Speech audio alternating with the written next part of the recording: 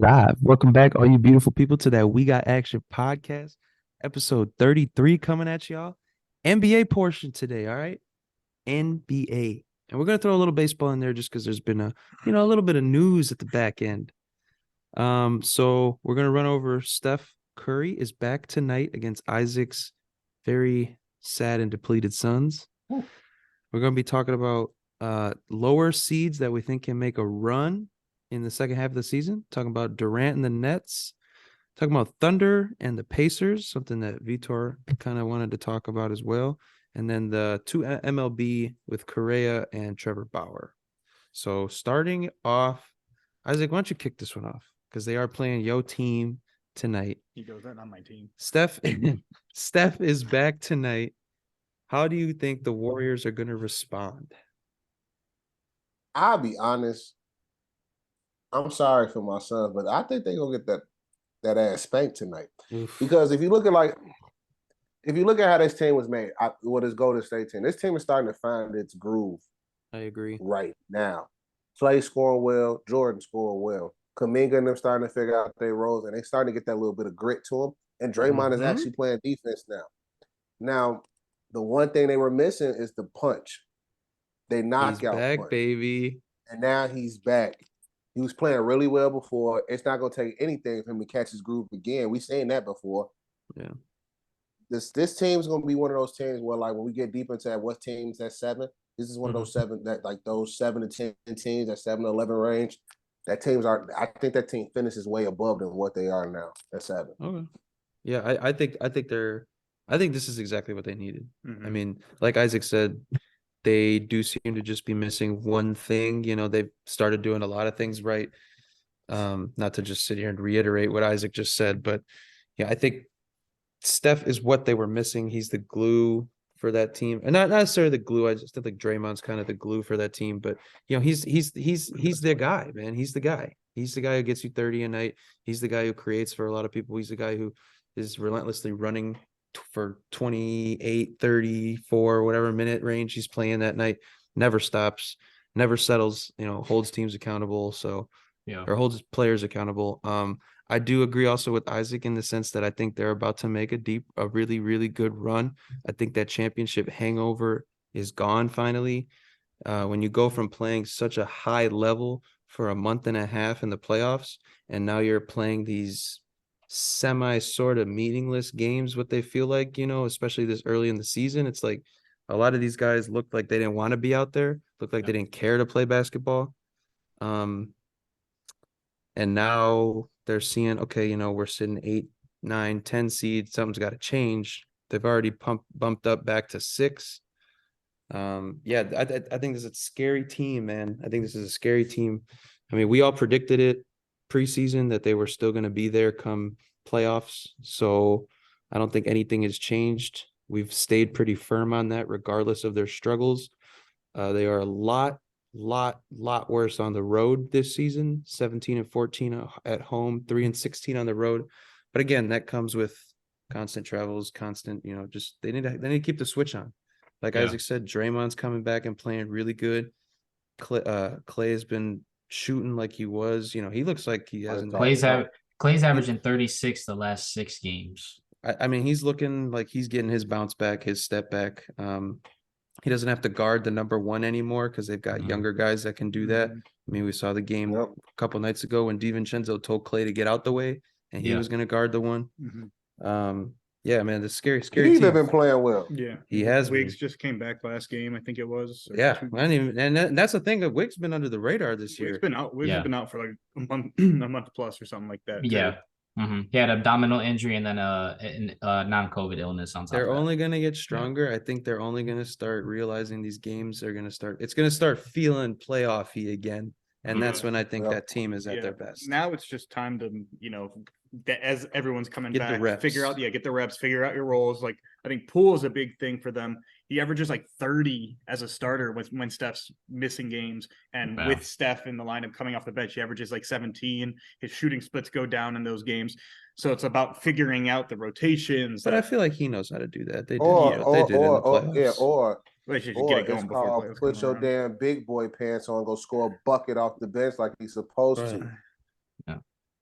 Yeah. There's also numerous minutes come playoff time where all three of them are on the court. Yeah. Talking about Clay, Steph, and Poole. Mhm. So I do agree getting the rhythm going Yeah. especially for a player like him. No, yeah, and it's the halfway point of the season right now, pretty much Yeah. damn near. I think it's a perfect time to get everyone back, and hopefully everyone stays healthy going forward.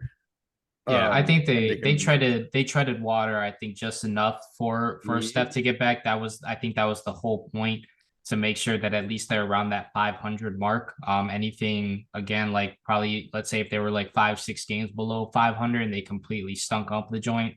Yeah. While Steph was out, I think we would be having a different tone. But the fact they're still in the 6th seed now, that he's coming back at a perfect time when they're all becoming healthy again, I think that I don't think it's going to be a crazy run or anything like that, but it's just going to be a steady run of making sure that everybody's healthy, especially going into the playoffs. This is a team too.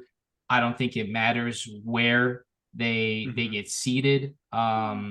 If they're maybe for home court, obviously their home court is next to, obviously next level. But I think for this team, with what they've been through already, I think it's just, we've already treaded water enough in the first 40 games. Let's just get into the playoffs, and we'll worry about the games there when it comes, because we know that we're going to perform. Steph's going to perform, and hopefully just the young guys perform at that point. So that's all that really matters to them, in my opinion. So I think that they'll just be just fine. Yeah, that's all. I mean, I think they're going to respond well. I don't know how you can't. You got your leader back, and everybody's just kind of gelling together now at that point. So. So with that said, I think this ties in a little bit. Now, they're not necessarily in that 7 and lower seed. I mean, they're tied with the Clippers for 7, but it ties into that's something that I want to talk about and just kind of ask you guys to pick your brains about as we do cross the halfway mark of the season. For both conferences, you can choose. I don't really care if you choose one from each or if you just choose one in general. I don't really care, but I'm just looking at, what 7 seeds and lower teams that are outside of the technical bye, I guess, don't have to be involved in the play-in games. 7 and lower seeds, do we feel that can kind of make a push into the top 6, or like Isaac was making a point, maybe even higher, like way higher than 6? Because obviously if you look at the East, 7 to the first seed, it's only 7 games. Same in the Western Conference. So it's only 7 games. That's a 2-week run. You know what I mean? So who just shoot one team. I know we talked about the Warriors, but Isaac, give me somebody you got, Isaac. Be spicy, man. I like it. Let's go Phoenix. Go put Phoenix in there. You son of a gun. They're awful. Let me put Phoenix in there. Yeah, we look awful. So what? You asked me what they were still a top 3 team when D-Book was playing. I just think, okay, to be honest, okay, I feel like I am stretching with this, but I am going to take Phoenix. Why? This team was, like Caesar just said, this team was sitting in the top 3 of the conference with Book. And that was without CP playing that much. I do feel like right now, as you're getting closer to this trade deadline, I do think this team needs to figure out if they want to make a push. And as D-Book gets healthy, if you want to make a push, you need to find some help. They got to trade Crowder already. They got to. I think that they got to do something. You got to do something with that, because that's. I think they cannot. The thing is, though, with Crowder, I'll let you go to, but I think with Crowder, I think they're trying to be too greedy with Crowder right now, in my opinion, of what they're trying to get in return. I don't know if you agree with me. What are they trying to get? So they're trying to get at least 2. They're trying to at least get a rotational player to help them in the playoffs. Like, they're not trying to get a young player, anything like that. They're trying to get they were the one trade that the Rockets rejected. So it was a 3-team trade with Milwaukee, the Rockets, and Phoenix. Phoenix would get Eric Gordon and Kenyon Martin Jr. Rockets would get 4 to 6 second-round picks.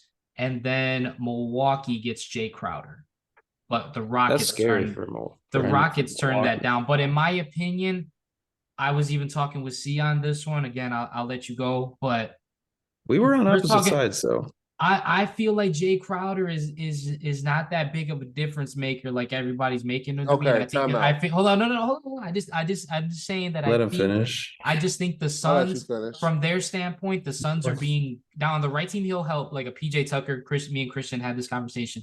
But from the Suns standpoint, you cannot be greedy with this. You need help right away. You cannot risk this going past the trade deadline. You cannot risk it because then you're not going to do well in the playoffs. To me, I don't think it's a risk. Like an Eric Gordon, trading for Eric Gordon is a great trade. No. I'm saying the risk of being able to not get rid of him. That's the risk that you're doing by being too greedy. That's what it is. I don't feel like it's too greedy. It's people looking at Jay Crowder how you looking at Jay Crowder, in my opinion. Because for a guy the way he was, he's a 3-and-D guy. Shoots the ball in like a 40% clip, and he shows his ass up in the playoffs. Okay, yep. Like he guards the best player. He guards the best guy for Phoenix, and then he does his job on the offensive side. Every time Jay Crowder scores about 10 to 15 points or even more for Phoenix, they win games. They're times out of 10. Really fucking hard to beat. 9 times out of 10, it's hard to beat them. Because when you got to go against D-Book, putting on you in any kind of weight on 3 levels, and then I got Crowder hitting down just about any corner 3 in the book, he gets you in that championship contender window. For a team like a Milwaukee, why Milwaukee wanted that trade so much? Because who drives the most? That would have been such a fucking good trade for them. Danny, I was telling you that. That was one of the teams. Did anybody watch the pass that I don't know what game was that. Did anybody watch the pass that Giannis just threw? My man was falling down, wrapped it around somebody to like a clutch 3 in the corner. He gonna get the ball to his corner shooters. So I just think to not impact Jay Crowder, I just think it's a bunch of second-round picks in Houston. Like, bro, don't nobody want all these second-rounders. Throw a first-rounder in there something if I'm going to lose all this. But that's what I'm saying. Yeah. But I think if you can't lose, that's not the Phoenix being greedy. That's somebody else being greedy in my opinion. And you can't, granted, if you're Phoenix, you can't lose him for nothing. I understand. But at the same time, you still got to get something. You still got to get something back. He's on an expiring deal. Back. I think you would get something back. I think he has for Jay Crowder right now. His deal is not going to come until the trade deadline. Yeah, that's how the NBA operates. We've had one trade all season, and it was last week for cash. Yeah. So I think that's going to wait until the trade deadline, and then once you look at it, it has to be something like, "Hey, I didn't try out all the contending teams. Nobody wants Jay. All right, now I will take what's left." In a sense, that's what's really happening. But they have to make a move. But they have to build the bench in a sense, or just get some type of scoring power to counteract Book. You can't rely on Damian Lee. You don't play Dwayne Washington that much, and he inconsistent himself. He had a 30-point game that scores 0 the following game. Your team sounds like it's really in good position. My team sounds just like the Chicago Bulls. They're down. The problem with the 3, honestly, 3 best players in general. 3 of their first 4 or 5. Well, I'm not talking tonight specifically. Where they've decided they're 2 best offensive players, but I feel like Cam's out, and then Book's been out. And then that's another thing. But look at their starting 5 from the last 2 seasons. It's 3 guys that are, or from last season, 3 guys that are in their starting 5. Really, or at least their main closing 5. And Jay Crowder, Cam Johnson, D Book, CP's out now. That's their 4 of their core 6 or 7 guys. Yeah, and for me, the way I look at this Phoenix team is that the reason why I was saying as much of a stretch, even with those guys playing, most of the Phoenix points comes off the bench because they have those guys on the floor with them. If you look at it, that distracts them. Damian Lee gets out because Book's on the floor with him. Damian Lee gets out because DeAndre Ayton, Mikal Bridges taking attention away from him.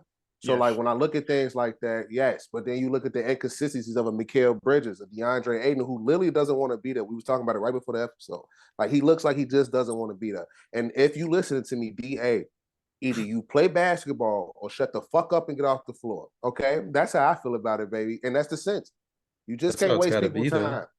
Yeah, you just don't waste people's time. You don't want to waste your career. You could be one of these laffy-dally, like a Boban Marjanovic, and be like let's put it for advertising. No, Bobby, you put it for advertising because Bobby's a nice guy, attractive to the media. That's what DeAndre Ayton gonna fall himself into, I feel like, with the way he's playing.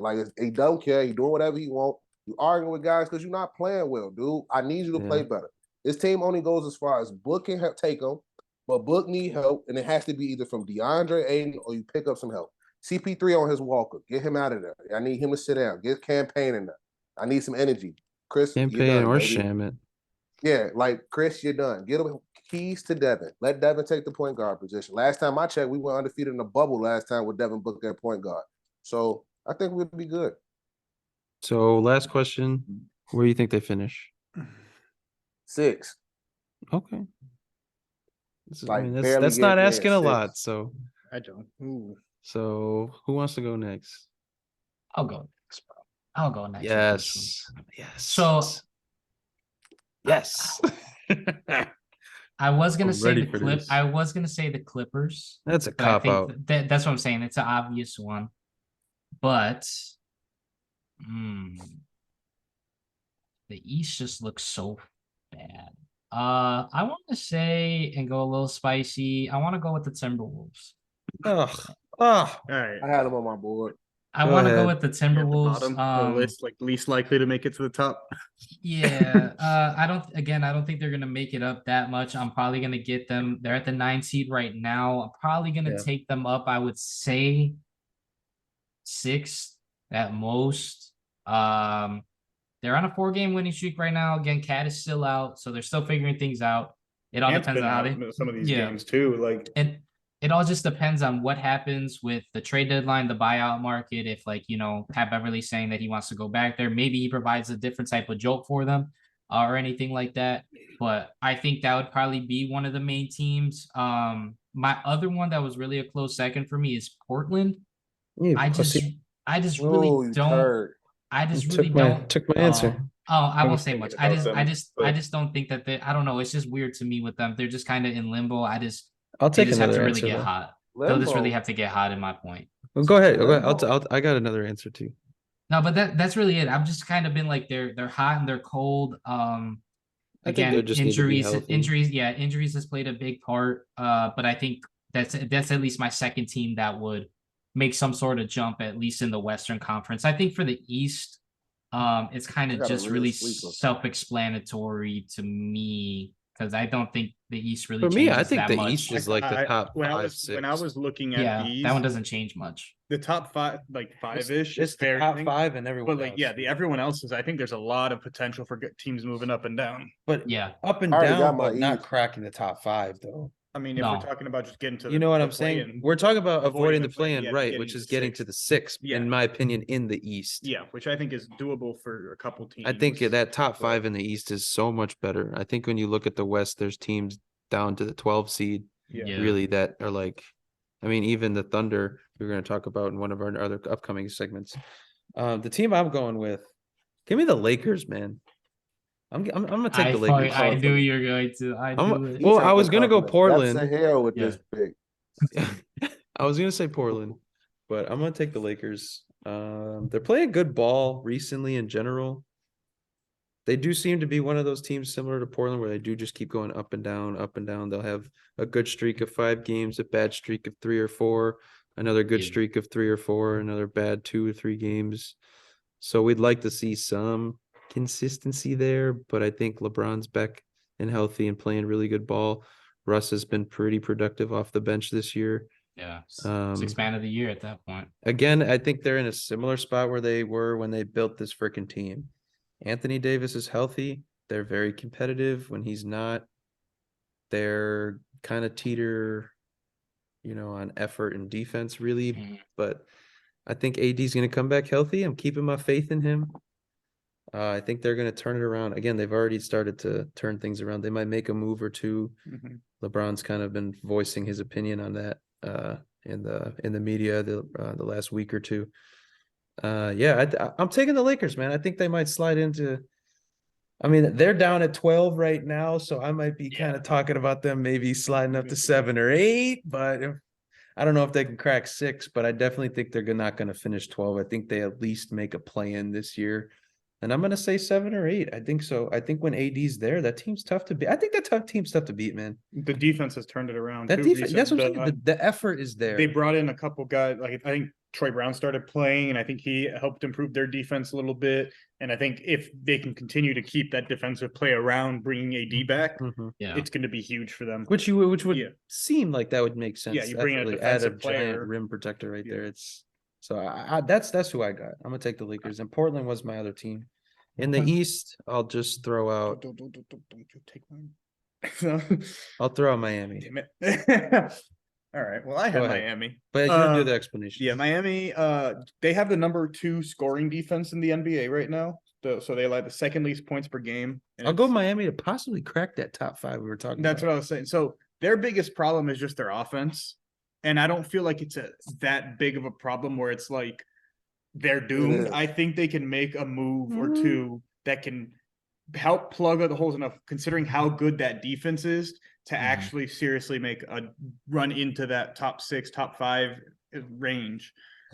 It would depend on them making a move or two. I think they do need shooting specifically, Correct. More than anything. That Kyle Lowry contract is abysmal, but I think it's movable, especially considering some of the other situations in the league, a couple other bad contracts. And they could take on a more potent offensive player, maybe on an expiring, by attaching a couple assets, and really make a push for that run. And another team that I think is interesting in this regard, I think, is Toronto. They're in a similar boat as Miami. Good defense. Offense isn't good, especially when they're in the half court. They can't. Their offense is, they have no system. And that's really bad come playoff time. Yeah. But again, I think they can make moves, and they've been reported to be the team that everyone's waiting on. Because everyone's waiting on them to decide. Talent. Decide what direction they want to go. Everybody wants everybody on their team. Yeah, they want Siakam, they want Barnes, they want Gary Trent. OG and Gary, or they're saying Trent's the most likely to get traded, which is funny because he's their best shooter and they need shooting. But he was good. I was basically just saying, like, they're in the similar boat. Their defense is really good, and they just need to figure it out on offense. And maybe they can make the right type of move to make that happen and make a push. Yeah. Okay. All right. So I didn't get my East team. My East team was Toronto, but the reason why my reason for the offense suffering is because I'll be honest, if you look at the starting 5 numbers, or like the starting 5 numbers, or that key rotation, they running some heavy minutes in that. They have 3 of the. They have, I think, the 3 of the top 4 minutes leaders. That's Thibodeau 2.0 right there, because they have nothing else. Not weird. Really. It's just because they don't have nothing. It's not Thibodeau 2.0. They really just don't have. No, I know they just don't have any. I know that. I'm just. So saying. That's my thing. Okay, don't do Nick Nurse like that. He a dog. Okay, don't do him like that. But he won a championship because of Kawhi. I don't want to hear it. Keep going. The married couple's at it again. You mute your mic. Okay, mute your mic. Okay, I am right now. Okay, thank you, sir. There we go. All right, but I just think that team's suffering because if you got those guys running so many minutes, like I'll be honest, I think I just watched the game where it was that. Was it Milwaukee? They came back on the last. That where it was like 30 to something and a half. The reason why, if you literally watched that entire game, they didn't have anything to give. And the fact that at the very last minute, because Milwaukee playing trash to us, they're like, it's over with. They're like, we got a little bit left. I'll give you what I got. And that's why they still end up losing the damn game. But he running them too much. They either build that bench to have them go a little bit deeper down, because you need to be able to effectively use those 5 guys. I just think. And that's the only way they make a run, if they build that bench a little bit more to make Which it. I think, again, they have very tradable pieces, right? And if you're looking to make a run, if you're the Raptors, you're likely not looking at trading Siakam. Right, you want to be the buyers, not the. But if you got a Fred VanVleet who's an expiring contract, and he's had a good week. Struggling. Yeah, he's had a good week, but he's been struggling over the whole season. He's under 40% shooting. And nowhere where he's been struggling. He struggles to stay healthy. So if you're a team that's willing to take on an expiring contract with a pick attached, and you can grab some younger players, get some depth, it could be huge. So I don't know. I don't know. They're just a team. I think that scrap to the playoffs. I don't see them beating nobody. I kind of hope they continue to struggle and decide to sell, because I think that would be absolute chaos, and we could see some crazy shit happen if they decide to sell. They can get so much back just reports for are OG. that they want. Yeah, reports are that they want like Gobert, Mitchell, type of hauls when they're talking about Pascal and OG. I think in Pascal's case, they're fair to demand that. Correct. I think would say probably looking at All-NBA 3rd team as of right now. Yeah. Depends if they consider the record, but individually he's putting up an All-NBA type of season. And OG, I think, is very valuable. I think that's a little bit of a stretch. That type. I think you keep. I think out of them, you keep OG and Scotty. I think you have Scotty's been thrown around, but there's no way you give. Well, I don't think there's any way you get rid trade of Scotty if you get a guy who's like gonna put you make you a favorite. Yeah, right? And that's why his name's been thrown around, is because he wasn't he was the piece that they refused to include in KD talks during the offseason. Obviously, With Scotty. it seems like Brooklyn was There's a never actually reason going to why. trade him. But if you What do could you have got KD, I think you trade Scotty. The issue with Toronto is that they don't have enough depth to afford trading for a big star in a package where it would have been like Gary Trent, Scotty Barnes, and whatever else. That evens it out, Yeah. Like they would still have no depth, and they'd But still be in the same spot. And that's the thing, though. It's not like really there's no Kawhi on the market that they're, you know what I'm saying? Like they did previously. But that's what I'm saying. They have the Kawhi on the market in Pascal. I think he's going to be. No. I'm talking about for them to trade Scotty for that. Yeah. I don't think they need that though. They don't. No, they don't. They need a team, but they're in a position where are they able to do that with the They pieces need they're a willing to team. move?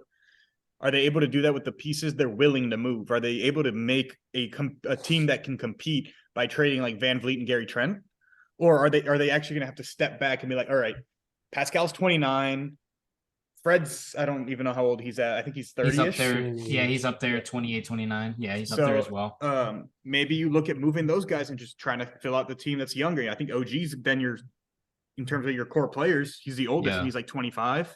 Yeah, I think you gotta. I think that's what they gotta rock with, though. I think I think sell off on Siakam. I think you have to at this point. That way you can again clear cap and try and retool that way. At least, and you're gonna clear hella cap space because you're gonna get rid of Van Fleet, Trent, and Siakam. Yeah, They're not going. They're not going anywhere. That's what I was gonna say. That's what I'm saying. And they're it's not like, competing again. I think you look at the East, the top 5 are, in my opinion, the top 5 for the next 2-3 years. Yeah, 3-4 years. Like I don't see the Kyrie Raptors coming even close. I mean, they're sitting behind teams like Pacers, Knicks, behind the Bulls, Hawks, the Bulls, right? Mm-hmm.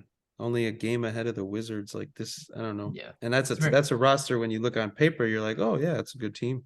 Yeah, but they just. But that's why I say I just think that's where it factors in. If you look at even the past years, it's been these same last years, the same core guys running heavy ass minutes. Yeah. And now, like you look at it now, like they ain't got nothing left to give. Right, but when are they going to actually address the depth? Then? When they're going to address, because like Otto Porter's out for the year now, and he played 8 games, and he's getting foot surgery now.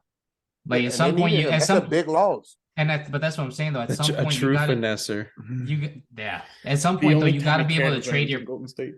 Yeah, you got to trade you got to at least trade two of those, at least Fred and I think Gary Trent. You have to at least trade and get something back for, whether that's expiring and like some capital. Up, though? Well, then that's the thing is if you decide to trade 1 or 2 of those guys, then it's very likely that Pascal goes, okay, then trade me too because we're not. Because Pascal as well has had problems with Nick Nurse in the past. So, does that take? If I was playing 40 minutes a game, shit, running my body. Look at Fred VanVleet. His body he's broken.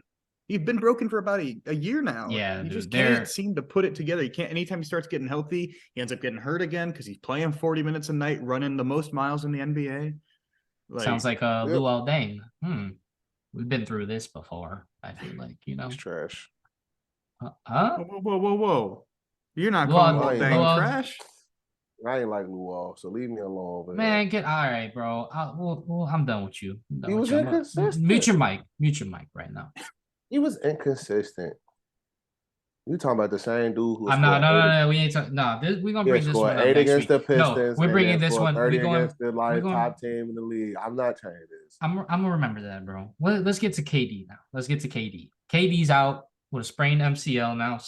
This is the third sprained MCL he's had. He's had both in both legs. You ever seen his legs? I know that's crazy. No, but that's what them bitches hockey pucks. Hockey sticks. No, but I'm saying the fact because it's size 16. If you take that one picture where somebody took a picture of him right by his feet, where you can just see the curve, bro, it legit looks like he's got 2 hockey sticks on the bottom. It was so bad. But this is the 3rd or 4th sprained MCL he's had in the last 2 seasons or so. It's the second obviously, in the last 2 seasons. Is it? Yeah. Oh yeah, the other one was in Golden State. That was why. That's an Achilles. No, he had another injury like that previously in Golden State. It was a picture that I had seen. But so how do you? Obviously, the Nets are on an upswing, 3rd in the East right now, 18-2 over the last 20 games. How do you guys think that they respond now that KD's out for at least he's out at least for the next 3 to 4 weeks at minimum? You think they're fine? I think they're fine. I think this run Whoa. also gives them some Whoa, cushion. kill it. Huh? They'll be Whoa. fine. Like he's not Whoa. out long enough, in my opinion, for it to be. They might struggle while he's gone. They might go 500. Yeah, they'll Yeah, be they're around like same 500. thing, yeah. I still Okay, think they can alright. wallop on the I small think team, they've the smaller teams. they've gone and built enough rapport at this point Mhm. where a guy like a TJ Warren can now come in and put up a lot of Yeah. minutes and get Yeah. up a lot more shots than he's been getting. You Mhm. might see him go for 30, 35, join that 40-point club maybe. Yeah. Not saying it's going to happen, but I'm just saying with the amount of shots he might get with a Durant out. Kyrie's going to probably step up and take a lot more shots. I think they'll be all right. I think they'll go more than 500 when he's out. Yeah, it just depends on the game. What their schedule looks They've like in already terms built of a nice matchups. cushion where they can afford to lose a few games and then have him come back and go back on a deep run. But I don't think I they think end up they worse built than 5 when he's back. Like that's the worst case Oh scenario. yeah, if they're yeah. fifth I seed agree. I agree. when he comes back. But So yeah, I think they slide to about 3 though, 3, 4. yeah, probably. yeah. I really. I mean, it's bad that he's out. It's the best player Because on our team. they got Boston without him Thursday. They got Utah coming in. Utah is not an easy game. Golden State, Phoenix. New York is not an easy game. That's technically a rivalry game in the NBA. Mhm. Mhm. Then you got the Lakers, and then you got Boston, and then he should be back by then. That's Yeah. all the way in February. So they And he should, still got yeah, they At should that point, handle just it. hold his ass out to the All-Star game at that point, might as well. if you want. Basically, Yeah, but because he's he's a not coming hooper. back He until wants to come February. back. I know he hoops when he wants to hoop. Yeah. When he I think can. Yeah, he's not coming back. Yeah, I think that we're all in agreement though. I'm in the same boat. He'll be fine. I think they'll be fine. Probably a little bit of struggles here and there. Probably go 500. I think this time they'll really see Kyrie pretty much pop off fully. God. We'll see. Now we'll also see how he responds to KD being out as well. So I think it's a big test for him and what he can actually do. And now plot twist, Kyrie goes off the rails. imagine. But now that I think Jock Vaughn has how he has the reins now, let's I see agree. if Kyrie There's a actually culture now. There's a let's see culture if now. let's see if Kyrie actually like responds in a positive way now that Jock Vaughn is the voice of this team, going forward and things like that. So yeah, I mean, I think they'll be fine. I don't think it's anything to trip about. So okay, Vitor, this one I know you didn't necessarily pose the question, but Vitor also wanted to talk about the Pacers a little bit. Yeah. So you it gotta was give him nice that some we love, threw. man. Yeah. Well, so we did all that talking. We know you never like to throw stuff in the group chat, We do all the we did all that talking last week, right? We did like a more focused thing on one of the teams. I was like, damn, maybe we could do that weekly. Maybe pick a team. I'd like to talk about the Pacers. And I wake up and I see that we've started the list of things we're going to talk about. And right on there, wake up at like 11. It was like 10. I hate you. Well, I wake up and it's there, and I'm like, well, you know what? My job here is done. But yeah, they were the team that was expected to be like the biggest seller, right? The two most coveted assets for contenders that they're likely going to be selling. Buddy Hield, Miles Turner. Everyone expected them to be a tanking team, and then so like now we're halfway through the season. They're sitting pretty in the 6th seed. They're competing, right? Like it's not especially recently. Yeah, they're not getting there. It's not like every loss they get is a blowout. Like they are fighting in a lot of these games. So what do they do? What should they still sell? Their Turner's an expiring contract. There's been some talks about extending. Hield, I believe, has 2 more years after this year. So what do you guys think? Do you think they should sell? Do you think they should hold? Should they buy and try to bake a playoff run? Really? The big payback. Yes. Okay. I think they should buy. Where are they sitting in the standings right now? 6th. I think they stand 6th. Oh, why? what? You have a reason why I think that right now. I think because at this point, I believe that a Buddy Hield and Miles Turner have outplayed the value of being traded in a sense. Why? Especially Buddy Hield is in a package. Why? Because Buddy Hield's averaging 18 and shooting a damn cover off the basketball this year. And Tyrese Halliburton has took the biggest jump that I don't think anybody was seeing coming. And I think he's inserting himself into an all-star type conversation at this point. Then you got Miles Turner, who's also playing well, but it's also their best rim protector for that team. Mm-hmm. And then Jalen Smith is coming off the bench and doing his job with like 10 points off the game. Andrew Nemhart is a wild card. That kid's fucking correct. Like the kid, when he plays and starts, the kid gives you about 10 to 15 points easy. And then he gets you about 4 assists. Like I thought he was a steal in the draft. He is a steal, in my opinion. I just think right now, with the way that Ross is starting to construct, you're starting to build like a which way you can go. And Benedict Mathurin is a freaking dog, averaging 17.1. Yeah. I just think right now this is a team that's not in a freaking a Thunder situation where like, hey, we still at the end of the conference. I got a player that's really good and probably gonna be the next biggest thing in this league, like an SGA. I just think you don't let that go, especially right now with a team sitting in the 5th spot. And the East, in my opinion, that's a lot weaker than the West, but you could squeeze and make some real damage in the East if you make the right moves. No, you better convince me. I was gonna say no. Isaac. In general. I mean, I was gonna say that I feel like some of the pieces they have are like, it's too talented not to give up at this point in some of their careers, but especially looking at their roster, it's a pretty talented roster, honestly. They've got a lot of guys who've been rotation guys elsewhere, like now Aaron getting Nesmith, decent minutes. And yeah, he was part of the Boston Celtics. Like, he has experience in the playoffs. Bro, think about that. Think about going Ben Mathurin, Andrew Nemhart as your 2 picks. That's a damn good 2 picks this year. Yeah. That's what I'm These saying. are 2 rookies. Man, I think if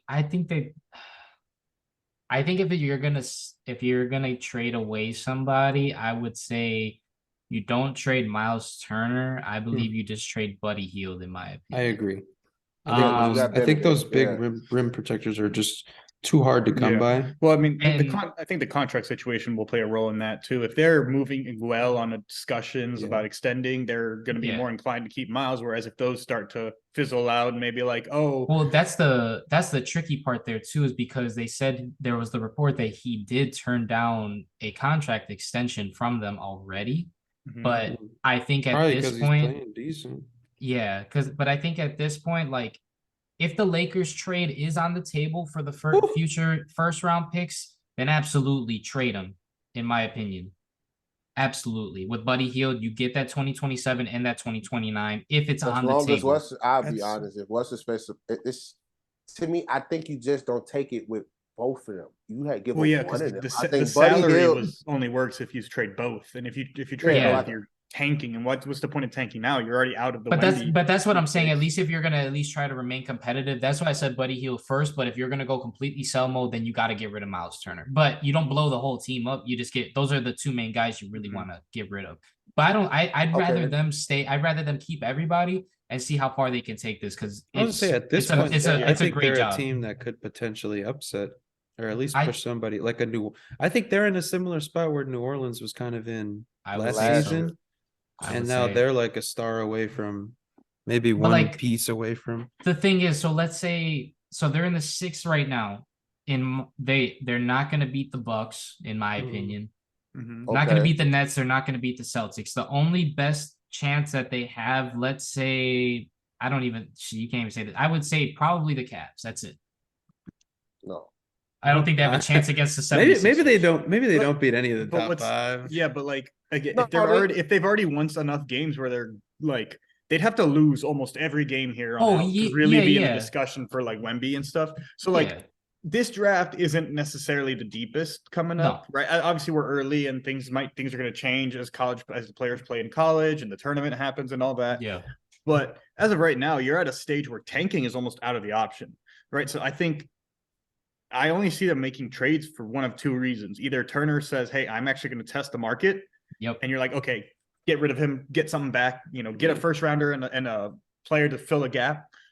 And then, then address that in the offseason with, or if they get an offer they can't refuse.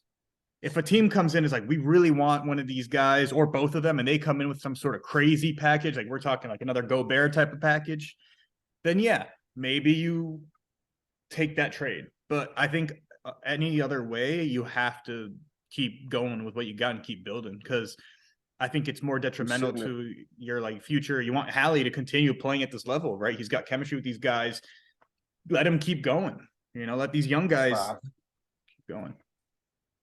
Yeah, that's why I think you just don't take them away. Like they sit in the 6th spot. Mhm. Cool. Granted, they're not gonna beat anybody this year, but you get them a star, they Mhm. can beat anybody. Like they giving the top 5 runs for their money. They ain't lost these games by like blowouts. We I talking mean, about and they they beat the literally just played the Celtics. Sixers. They beat the Celtics. Lily played the Mhm. Sixers to 3 in Philly. Like Yeah. they can give teams a run for their money. I think right now, if they're gonna stay in this race, build the bench a little bit, move some of your other younger pieces like a Darte, Chris Darte in a sense, moving him. Goga was getting some trade attention at first, but it's died down since he hasn't played it at all because he was a good rebounder. But outside of that, I think you can make some moves just to keep that team where they are now. I just think they've played themselves into that combo of like, hey, we got some pieces here and we can make some moves. Yeah. It's just if you want to keep, I think you should keep Buddy Hield and Miles Turner in a sense, or Mhm. just let Buddy Hield go because you got the backups and Benedict Mathurin That's what I'm saying. and Yeah. Chris Darte just to let it go. Okay. So are we all in agreement? So what are we saying then? I know the original question was so how are we thinking about Indiana before we go on to the Thunder? But do you believe that Indianapolis should buy or sell or stay pat? Which one? I'm gonna say that they should, depending on what piece that they bring in and what they give up, I would say buy, but I would just say stand pat. In my Yeah. opinion. Yeah, I'm 100%. on the hold and only sell if you're really like, if Yeah. you're going. If it's something you can't refuse, get rid of it. Yeah. But at that point, only if it like benefits you in the long run. Because like I said, I think they're in that similar point where New Orleans was. They're really Yeah. close to being a pretty competitive team and cracking into that top 5. Yeah, I mean, Okay. already 6th seed, and you're looking at most of your best players being in their first 2-3 years. Yeah. What you got, Isaac? I got hold and buy. Good Hold and man. buy. Okay. So now Yeah. let's get into the Thunder a little bit. So they've been competitive so far this season. They did lose tonight against the Heat off of a game-winning and one from Jimmy Butler, but they're Yo, at, if I'm not Can I mistaken. say, I forgot about that. I'm glad you Yeah, said yeah. that. Going back to the point that I want to talk about with the Heat, as long as Jimmy Butler plays, They have a shot. they're going to be a top 6 team because when it comes to the playoffs, he's that motherfucker in the half court on both sides of the ball. Go Yeah. ahead. But so currently Thunder are 18-23 right now. So they're a game out of the play or I'm sorry, 2 games out of the play-in from that 10 seed there. Again, more competitive in more recent than recent years right now. Same thing with them. Do we believe that they should buy or sell or even just say, stand pat? They really don't have that many veterans to move. They got rid of Derek Favors already in a trade before the season had started. Their really only veteran is like Mike Muscala, but he's been very serviceable for them. Someone who can stretch the floor. But yeah, I mean, do we think that they should buy, sell, or even just stand pat and just let it ride for the season? I think they have the hardest like route of deciding. Dude, this is because insane. They have so much talent. And the real issue is that Chet is out this year. Yes. Yes. Right. If Terrible. they had seen what the team looked like with Chet and could really paint themselves a direction and like knowing that, hey, we got our guy and this and that, right? Like it makes it Their easier. guy is playing. Well, yeah, but another guy. Yeah. Because like you don't win in the NBA with one guy. I'm just saying. You need This guys. is their guy. SGA is that dude. Yeah. I ain't gonna lie. Yeah, SGA is him. Okay. He is their But guy. with Chet out, Chet's it's their hard to complement. make that type of decision, at least on a bigger scale, right? Like you don't want to, you're not going to go, oh, this team was kind of competitive, but not competitive enough. So we're going to trade shy and get more young assets, more young players and assets. That doesn't seem like it makes much sense, but it also doesn't make sense really to buy and try to make a run when you don't even have this guy back and you don't know what you've got going on. And you need to continue to develop a lot of this talent you have. So I think they have to hold mostly because of the Chet injury. If they could sell a couple players, then maybe, but there's not too many. Like I said, they got to get these guys minutes and see what they're working with. Like some of these guys I'm looking at and I'm like, okay, like I think Darius Baisley has already he was given a lot of run last year. I don't know if he's been hurt this year, done. But he doesn't seem to be getting too many minutes this year. I don't think Aaron Wiggins is getting many minutes right now. He's spotty as well. Yeah, but they got the 3 Williams, Jalen, and Kenrich. All 3 are playing. Jalen from Arkansas got sent down to the G League. I think he's been playing pretty okay in the G League. The scoring one's pretty solid. The one that's more of a Yes, the scorer. backup guard is Yeah. scoring. Yes. Yeah. I like him a lot. Yeah, he's been playing. He's actually on my fantasy team at this point. He's actually he's been playing really well over the last like 2 weeks, a month-ish. He's playing good defense, scoring at a fairly efficient rate. He's not too much of a shooter, but if you're a 2-pointer guy and you're over 50%, you're normally doing okay. So Is that an official term? yeah, 2-pointer guy. 2-pointer yeah, guy. 2-pointer guy. Yeah. It's more of he's a slasher. Yeah, That's I'm the in point. I'm in the same thing too. I think with this team, I think it's that where with Indiana, it's a great mix of young and veteran players, like we Mhm. stated before. But I think Oklahoma City shouldn't, unless again, like we keep talking about, if it's the right package. But I think with this, let it ride, unless obviously they don't make up some type of injury for SGA to where he gets shut down for the rest of the year, like they've done the last couple of years. But I think that you just got to let it ride at this point. If they're all healthy, let them all play, see where you Yeah. go. You already have however many first round picks again over the next handful of years. You're set. I don't necessarily think, well, over the handful of years. But I don't necessarily think you need to tank this year. I just kind of think, you really see what you have. You weed out the young talent already, figure out what you keep, and then that way you can, all right, let's get some veteran pieces here. You know what I mean? I was going to say another thing too for next year is that free agent class next offseason or is it this coming offseason? I think it's the next one. I don't think. I don't remember if it's technically 23 offseason. No, I think it's the 24. I think 23 is one of the two. I can't remember. Mm-hmm. But like it's way better. Like it's Yeah. actually looking like you could pick up some pieces, especially for a team that has the cap space Yeah. like they do, all these rookie contract guys. So that's something else on the horizon to kind of maybe get you to hold and keep a lot of that space. Oh. Isaac's been shaking his head at us the whole Yeah, time. what you got, bro? What you got, bro? Sell. So what kind of sell? Who are they selling? SGA. Is that because you want him on the Suns or something? Nope, I just don't want his talent wasted. I mean, he's 23, right? It's not like years wasted. 23, 5 years into the league at this point. He's 23. I understand that. It's 4 years of playing with a team who's been literally drafted number one. Doo-doo.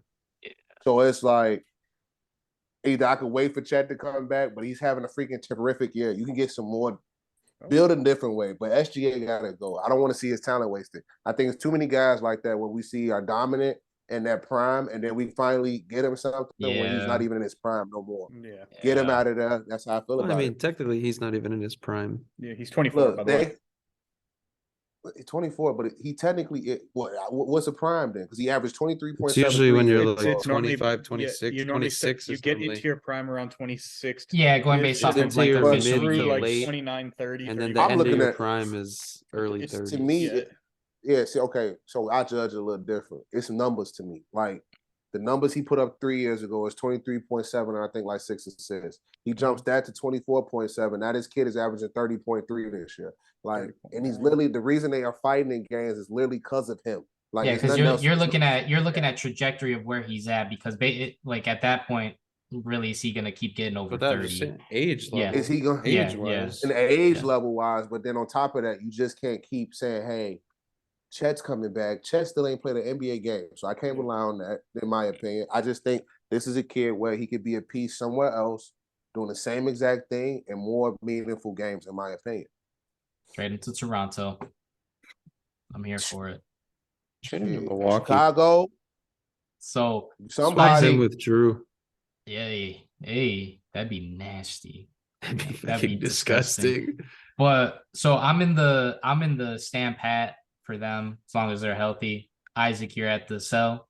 He's in the cell. He's in the cell. SGA. Cell SGA. Yeah, you're cell SGA. Caban, you are with. I'm staying pat. I think they have to see what they have.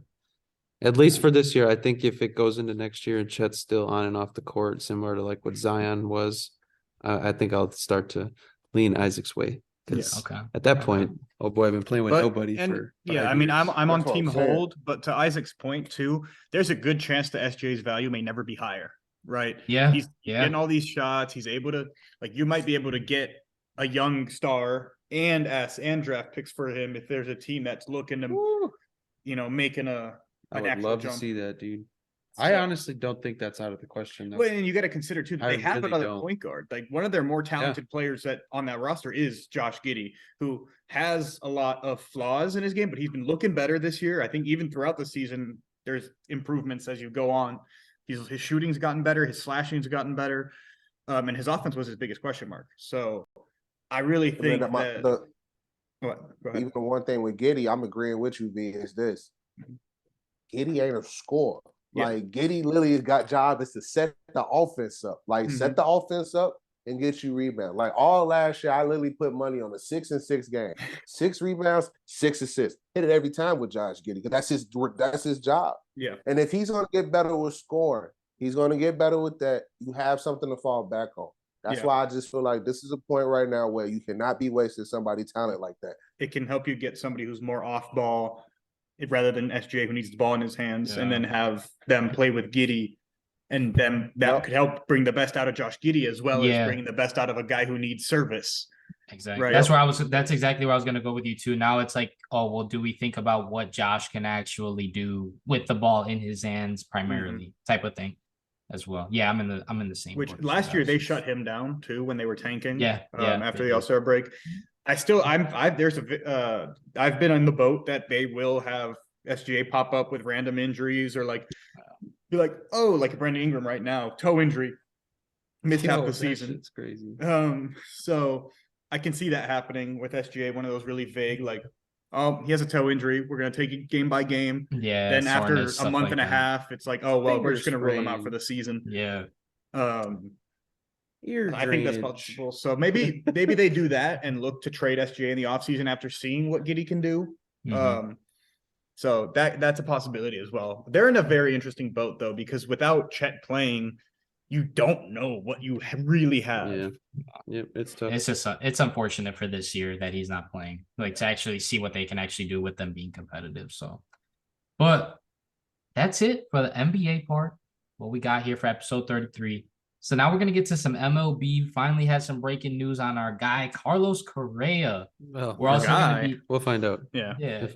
We'll see if it's official. We've heard this news 3 times now, and it said pending physical as well. Yes. So I thought that was pretty funny.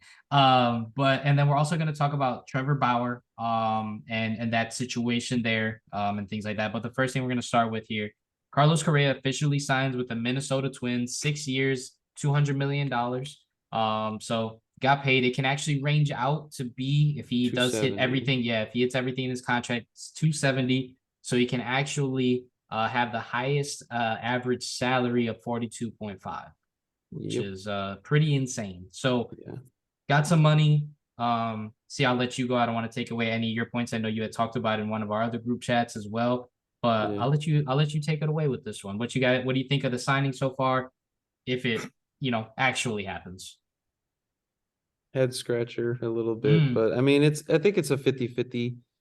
It's definitely better for the Twins to do the 6 years, which I was comparing to what the Giants and the Mets were doing, 11, 12, 13 years, somewhere in those range. We had 13, Mets was 12. And that's just stupid for a guy who's 29, and then you'd be playing into 40 years old. I think the Twins did smarter in that sense, but it was also a win for Correa to get still that same money per year that they were offering ish. But it's also then bad for the Twins because now they got to fork up a lot of salary to one guy per year if he passes his physical. But yeah, I mean, I think this was definitely like the best scenario for them, for both parties. I feel like I thought he should have stayed in general. He was already making a lot of money this year. But it's curious to see what happens with the physical thing again. Supposedly it has to do with the plate in his leg and his ankle, the possible, longevity he has. And I think the Twins are kind of not caring about that with the 6 years versus the 12 to 13 years, 13, which I think is just dumb in general. So I think it's fair. I think it's a good signing. I think it's deserved for a player of his caliber to get that much money. Top 2 to 3 shortstop in the game. I think. Yeah, I mean, I like the deal. I think it's fair for both parties. I really do. I think it was good. Yeah, and the physical, I don't really think they're going to care too much about the physical unless they see something they haven't seen. But they had them all last year, so they know more than any of the rest of the teams. Yeah, and that's what I was going to pick off. C's. like just with that physical aspect. He played with the Twins last year, so they understand who he is already coming in. And also, too, I think the Twins win in a sense because in my opinion, didn't give up as much money as the Mets and Giants just to bring him back in a sense. So yeah, it's just the yearly. This the yearly thing is what it's just the year. Less money, but the yearly overall, is what. But the yearly is way higher because it's only 6 years. Yeah, but I think that they're in a position where that they'll take that. I think it's a win for them in the shorter contract. Because like that's what we talked about the whole time, even when the Giants first signed him, was stupid. What's he going to look like at 41? not even right. 41, 37, 38. And then you got 5 more years after that. So crazy. Look at what Pujols was and other guys that have done that. As a Giants fan, though, I'm kind of happy too, because like at least we weren't the team that like we didn't make an issue out of nothing and lose him. Yeah, because like we operate like a very small market team. You guys are gonna suck anyway. Sorry, but I'm just saying. Well, yeah, probably. Hopefully, we're better than last year. That's right. We're not going to be as good as 2 years ago. Never again. Yeah. But now I'm less hurt about what happened. Like seeing that the Mets were like, "Yo, wait, hold on, we spend like crazy, and we don't give a shit about the money, and we're worried about this." The only problem that y'all didn't end up going through with the signing is because you negotiated such a stupid long contract in general. Yeah, you guys could have easily done what the Twins did and took a safe 5 to 6 year route. I don't think, which is waste. I don't think there was time to agree to do that though. Right off, I think the only reason a 6-year contract is on the table is because he's had 2 teams go, "Whoa, your medicals aren't right," or like something's wrong here. So now he'd lost leverage. Yes, right? And that's why he signed with the Mets so quickly. When the Giants stuff happened, he was like, "Screw that! I'm not going to let official reports go out. I'm going to the Mets." And then they do their physical and they're like, "Wait, hold on." He's like, "Screw that. I'm signing." At that point, would you guys not just go back and be like, "Hey, same years per year, same salary per year, but we'll just drop." You would think though, but at that point, like the Giants were already out, like, and then they had already signed somebody else like the following or 2 days following that. It's like at that point, why even risk it? We signed Conforto, not like we signed Aaron Judge or anything. Like literally, man. I'm in the same boat though. I think it's a good signing for Minnesota. Do I think that Minnesota's going to be good? No. They play in a weak division though, so but they're addressing something that's not their problem in the first place. Their problem's always been pitching. Yeah, exactly. So I think it's a good signing though. It's actually one of the true signings that we see like take place in a player's prime in the right time frame. So it'll be interesting to see how it really plays out, obviously, up until he gets to his age 35, 36 season, and things of that nature. But I'm for it. Happy he still got paid, again, pending physical, but more than likely it's heading in the direction that he's going to officially be, a Minnesota Twin for this upcoming season. So he'll terrorize the White Sox. Let's go. Yes. Not really. So, yeah, we'll see. You never know. All right. That plate might do something. You never know. He's not the one that terrorized us. It was Buxton. Nah. Byron. Yeah, Bucky's a menace. Kind of a little bit of a hot topic, kind of drama topic, whatever topic you want to talk about, but it's got some problem. Trevor Bauer. I'll let you take that one away. We talked about it originally in league and stuff like that. We had some good back and forth with our boy Louis, but go ahead. Go ahead. I want to hear it. Somebody's got to sign that man. What do you mean? That's what. Someone's got to sign that man. They have to. Done. That's what I'm thinking. He's done? You think he's done? Mm-hmm. Why? Come on. I think we are in a time where, like, you go through the Deshaun Watson situation. He's you watch playing. The backlash. Exactly. But it's more coming down to the MLB side and the team side of things, because that's where people are starting to attack it. Because a lot of people are starting to see, like, the NFL, they don't have anything set in stone on these things. MLB doesn't have anything set in stone on these things. But, like, once the fans keep demanding it, at some point, it starts seeping into, like, I don't want to bring that to my organization. And the one thing I think that sucks for Trevor Bauer in a situation, in my opinion, is this. He's not on a team. Deshaun Watson was on Houston, so he had to get traded in order to get out of Houston. I think it's a blessing that Cleveland was stupid enough to give him the contract he did, but they said F it because they just gonna take the backlash. If it's the only way I can see Trevor Bauer being signed is if a team was like, man, F all this backlash. Bauer's a dog. I need him in my bullpen. So that's the only way I can see it. Feel you, bro. I mean, that's the thing though. It's the pressure from the outside of that's probably going to affect it. Me and C were talking about it. I think it's going to be either Houston. Mm-hmm. I think the Mets are definitely in play. Them motherfuckers only care about one thing, and it's rings. I think They already been accused of cheating before. They don't give a fuck, bro. No, If they're can gonna go do get- whatever they it can go get a takes. Cy Young for $700,000. Yeah, it'd be insane if They he signs for. bro. I honestly though, I honestly said think that. I was like, bro, stop. I honestly think, let's say he goes to Minnesota, or not Minnesota. Let's say he goes to Houston. They could use him too. Yeah, let's say he goes to Houston, or let's say I think Houston and the Mets are the most viable option right now. I believe that if he does get signed by one of those two teams, he's at least getting a 3 to 4 year contract. I hope he goes to the Mets. That'd be insane, but I believe he's going to get a 3 to 4 year deal no matter what. Dude, I Personally, I think every team should be trying to sign him. It depends on the price, obviously. He's gonna start negotiating his own shit. Yeah, But especially when if it comes out that he's actually innocent, dude, everybody should. It did. He's innocent. He did no wrong. He was still suspended. That's why it's such a hot topic, because he was accused of rape. He was accused of basically, domestic violence and that sort. And then it came out to be that she was lying about it, and it ended up just being rough intercourse, and things of that. And then he was found innocent, but he was still suspended. They just cut it in half. Then they just cut it in half. So he's suspended like 50 more games. 194. He's already 50, served all 50 going into 50 going into this season. But yeah, he's found innocent. So that's the thing. You would think that a team would sign him, but then you're going to still get that backlash of this is the player that you're bringing in, which is, again, is just the society that we live in. It's the media that surrounds, our society. I just think at the end of the day, he's found innocent. You sign him. Why not? Yeah. We're looking at a Cy Young candidate right there. Yeah, and we're talking about a guy who can get fully proven innocent. Whereas we got Miles Bridges with guilty. Yeah, and guilty.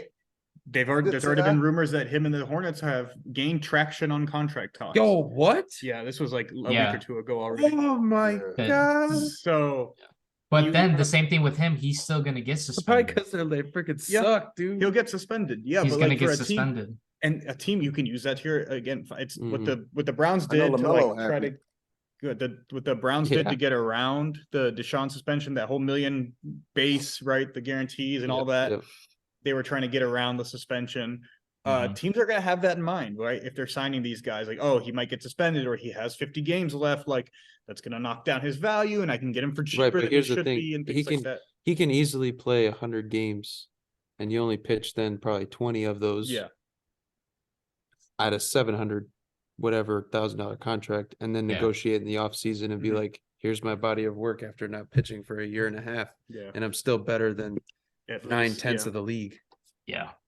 It's going to be insane though. I think when he signs, I think it's going to be a huge outbreak in news when he does sign. And it's just going to be, I think, a lot of media backlash. I would be dumbfounded if he's not on a roster by like spring training, dude. And the thing is, you told me, and like I've been seeing those videos as well. And like now, when you confirmed it, like he's ready, dude. He's literally ready to go. He never stopped. Well, yeah, he's been acting as if he's been innocent the whole time. Like he's just been doing his thing. 90s. Still has stupid movement. 12-6 changeup's insane. Like everything is still there. Curveball, slider, it's all still there. Chicago White Sox. That boy is going to come in and be that whatever team he goes to is going to be their number one or number two. Chicago White Sox, if you're listening to us right now by accident and listening to our MLB section. By accident? Shit. By accident. I'll take by purpose. I'll take sign him. the man. You think Tim ain't listening every week? Come on. I'll take him. Sign the man. All right. No, we're looking at him from a baseball player standpoint. We do not condone any type of illegal activity on this podcast, but we will sign the guy. Yes, but we will sign the guy. We do blow that dude. So, but y'all got anything else, man, before we finish this out for the people? I don't think so. Well, it hasn't been as much news as we would like. So we're trying to, we're in that do what we quiet can. period. Football's getting into Everything's playoffs. grinding, bro. Just wait till next week. College basketball, man. I got y'all next week. We got to talk about wild card. Yeah, and we're gonna have the trade deadline creeping up, so things are gonna start heating up over there. Yeah, we'll be on it, man. We've been grinding through this. So again, thank you guys for all the support. Really, really appreciate it. Again, if you have not seen our YouTube channel, every single episode is getting uploaded. So you guys will be able to see all of our reactions and all that instead of listening on Spotify, Apple Podcasts, or anything like that. Feel free to like and subscribe. Subscribing is free. You do not have to pay for any subscription, but it helps us grow our channel. Get connected for free. Yeah. Exactly. Get connected for free with us, but it helps our channel grow immensely. Again, check out our reels, our Instagram page, our TikTok page. All of our videos have been a hit so far, so really appreciate all your support. But thank you guys for tuning in to episode 33. See you guys next week for episode 34. Happy case. Have it your way. All right, y'all. You rule.